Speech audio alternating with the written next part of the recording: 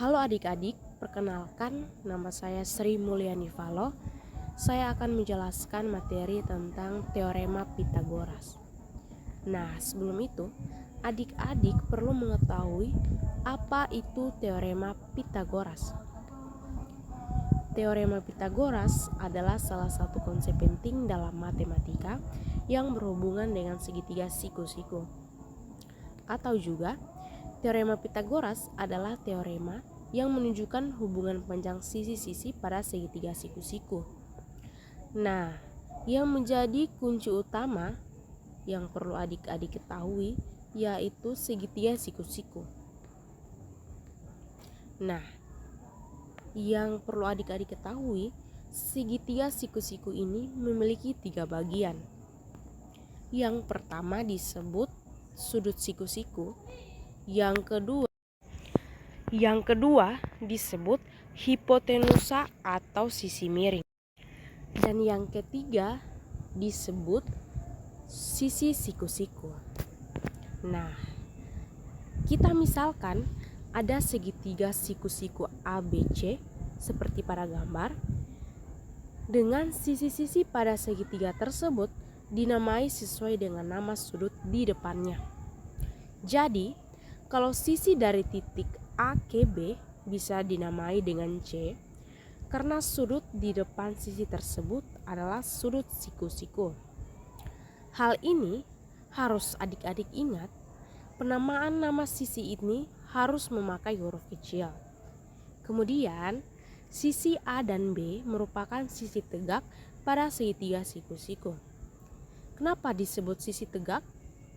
Soalnya, kedua sisi tersebut membentuk sudut siku-siku 90 derajat. Sementara itu, sisi C merupakan sisi miring atau hipotenusa segitiga siku-siku. Nah, sisi hipotenusa ini selalu berhadapan dengan sudut siku-sikunya dan jadi sisi yang paling panjang. Selanjutnya, kita akan masuk dalam konsep rumus teorema Pythagoras. Teorema Pythagoras berlaku hanya pada segitiga siku-siku. Nah, bagaimana cara adik-adik untuk menganalisis segitiga siku-siku tersebut? Seperti yang tadi sudah dijelaskan, bahwa salah satu cirinya adalah memiliki sudut siku-siku 90 derajat.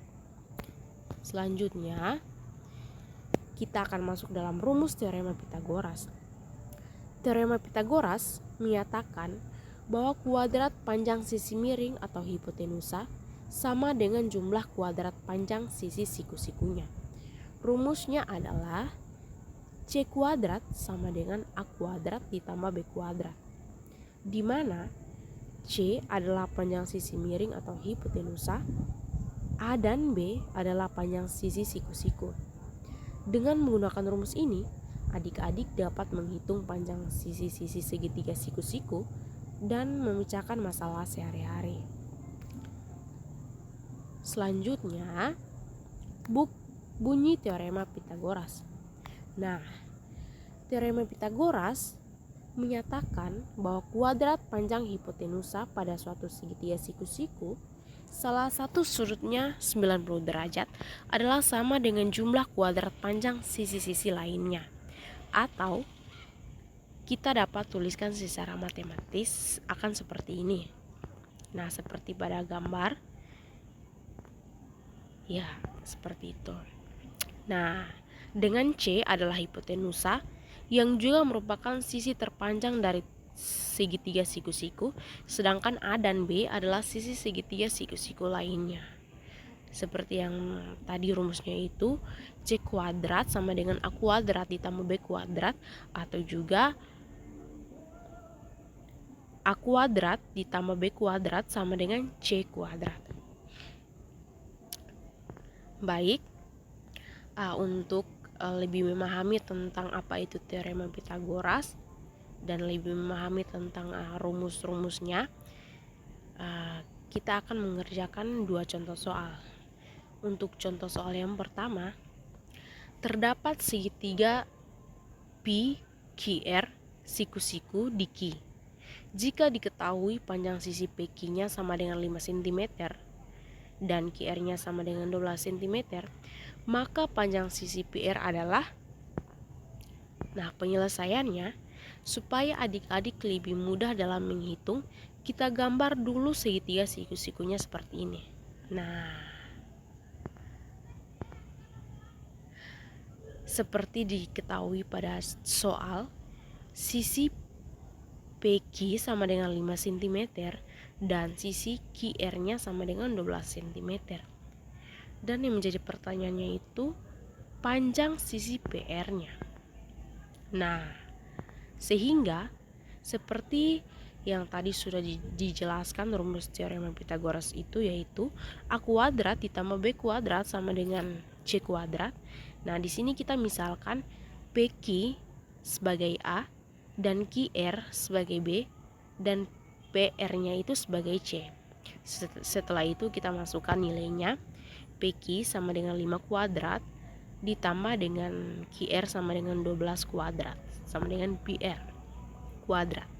Nah, 5 kuadrat sama dengan 25 ditambah dengan 12 kuadrat sama dengan 144. Nah, 25 ditambah dengan 144 sama dengan 169.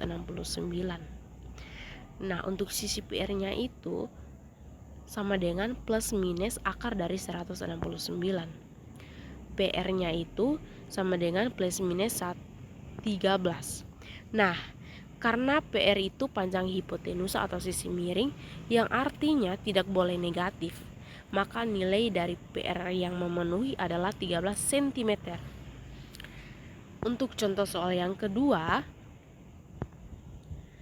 segitiga siku-siku KLM jika panjang KL-nya sama dengan 2,5 meter dan KM-nya sama dengan 6,5 meter, maka keliling segitiga KLM adalah, nah penyelesaiannya, keliling segitiga KLM bisa dicari dengan menjumlahkan ketiga sisinya.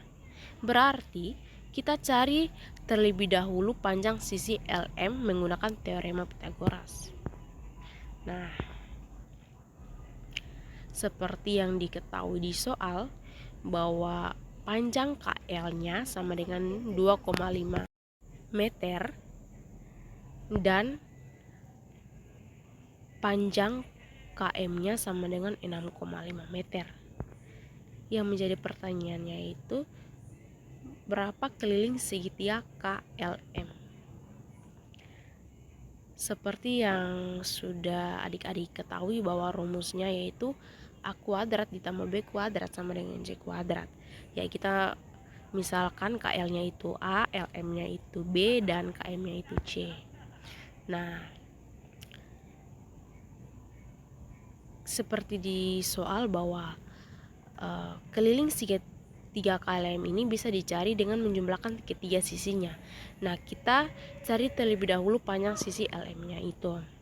Nah, baik, KM kuadrat dikurang KL kuadrat sama dengan, ya kita masukkan nilai KM dan KL-nya itu yaitu 6,5 kuadrat dikurang 2,5 kuadrat sama dengan 6,5 kuadrat itu 42,25 kurang 2,5 kuadrat itu 6,25. Nah, kita dapat LM kuadratnya sama dengan 36. Nah, LM sama dengan plus minus dari akar 36. LM sama dengan plus minus dari 6. Ingat ya adik-adik, kita pilih yang tandanya positif karena panjang sisi tidak mungkin negatif. Jadi, panjang sisi LM adalah 6 meter. Sehingga keliling segitiga KLM adalah KLM sama dengan KL ditambah LM ditambah KM. Karena yang tadi kita ketahui di awal bahwa keliling segitiga KLM kita bisa cari dengan menjumlahkan ketiga sisinya.